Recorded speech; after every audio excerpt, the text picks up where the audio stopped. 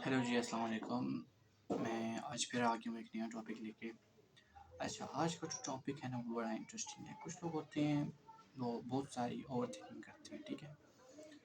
तो over thinking जो है ना वो आपको अंदर से ख़त्म कर देती है, ठीक है। आप मेरी बात को समझें, अंदर से ख़त्म कर देती है। क्या होता है कि आप कोई भी काम शुरू नहीं कर पाते, आप लेज़ी फील करते हैं, ठीक है। तुम काम शुरू नहीं कर रहे क्योंकि तुम ओवर थिंकिंग कर रहे हो। ओवर थिंकिंग स्मार्ट लगती है, लगता है जैसे हम प्लानिंग कर रहे हैं, लेकिन असल में हम सिर्फ डर को फैंसी नाम दे रहे होते हैं, ठीक है। असल में अंदर का वो हमारा डर होता है कि यार अगर ये ना हो गया तो वो हो गया, और वो हम ओवर थिंकिंग कर कर कर कर कर करके वो काम ही नहीं करते, और फिर वो काम रह जाता है। जो कि क्या पता अगर हम स्टेप ले लेते, अगर हम उसको उस काम को कर लेते तो वो काम क्या पता कितना अच्छा हो जाता, क्या पता हम उस काम को उसमें सक्सेसफुल हो जाते। ये बात है।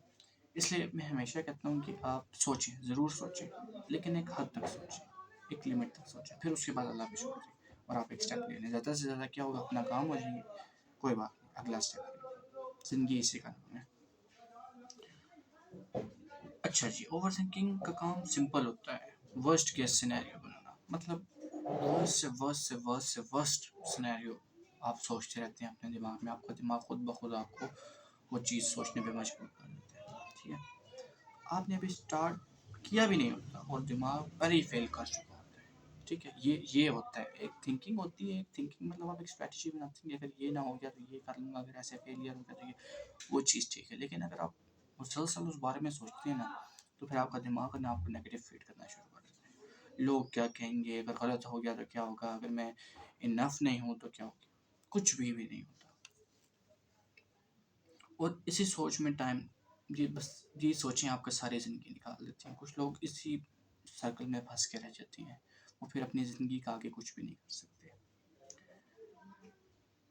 सोच या डर जो भी है, बल्कि सोच जो है वो आपके डर को बढ़ाती है। जितना ज़्यादा आप सोचेंगे आपको उतना ज़्यादा डर लगेगा।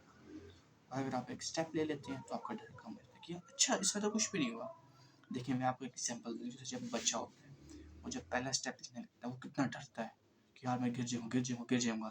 लेकिन जब वो एक्चुअली में पहला स्टेप लेता है, उसको फील होता है नहीं यार ये मैं चल सकता हूँ। तो 1 से 2 कदम, 2 से 3 कदम, 3 से 4 कदम लेते हैं। ज़िंदगी का भी यही हिसाब किताब है। जब तक आप सिर्फ सोचते रहते हैं डर कंट्रोल रहता है, लेकिन जैसे ही आप पहला स्टेप लेते हैं डर पीछे हटना शुरू कर देता है। परफेक्ट मूवमेंट कभी भी नहीं होता।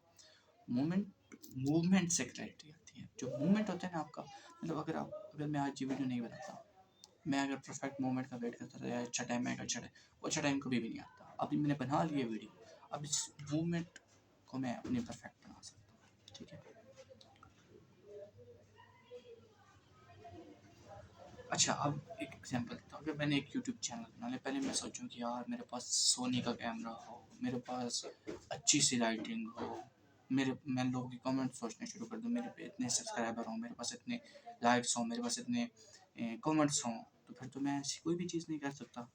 लेकिन जो बंदा, जैसे मैंने बस फ़ोन उठाया और वीडियो बनाना शुरू कर दिया और अपलोड करना शुरू कर दी, मुझे उम्मीद है आप लोग देखेंगे। तो बस मेरा सफ़र स्टार्ट पड़ा। अच्छी नहीं बनेगी, कल अच्छी बन जाएगी, कल नहीं बनेगी, परसों बन जाएगी, परसों नहीं बनेगी, अगले दिन बन जाएगी, चल जाएगी वीडियो। ओवर थिंकिंग को कंट्रोल करना बहुत ज़रूरी है। ओवर थिंकिंग तुम्हें लगता है कि तुम कंट्रोल में हो, लेकिन रियलिटी में तुम सिर्फ डिले कर रहे होते हो। लाइफ क्लैरिटी से नहीं, एक्शन मूव से करती है। अब इसको कंट्रोल करने के लिए मैं आपको 3 स्टेप्स, 3 रूल्स बताता हूँ बल्कि ज़िंदगी के। रूल नंबर 1, सोचने की लिमिट रखो। एक लिमिट तक सोचें। 10 मिनट सोचने, 5 मिनट, 15 मिनट एक काम के बारे में अच्छे से सोचें, लेकिन फिर उसके बाद आप उस पर डिसीजन ले लें। उसके बाद आपने सिर्फ सोचना नहीं है। पहला इम्परफेक्ट स्टेप लो, पहला स्टेप लो, खराब लो सही लो, पर पहला स्टेप, ठीक है। दिमाग नहीं, कैलेंडर फॉलो करो। मतलब अपने दिमाग में नहीं, आप एक अपनी रूटीन बनाएं और उसको फॉलो करें। इंशाल्लाह जब आप ये स्टेप्स लेंगे, आप अपने काम में क्लैरिटीज़ दिखेंगे, ठीक है। अगर ये वीडियो आपको आपसे रिलेट की हुई हो, आपको अच्छी लगी हो, तो कमेंट में एक्शन लिखिए ताकि मुझे पता लगे आप यहाँ तक आए हैं। और लाइक, सब्सक्राइब और शेयर करें। इंशाल्लाह अगले वीडियो में मिलते हैं आपसे। अल्लाह हाफिज़।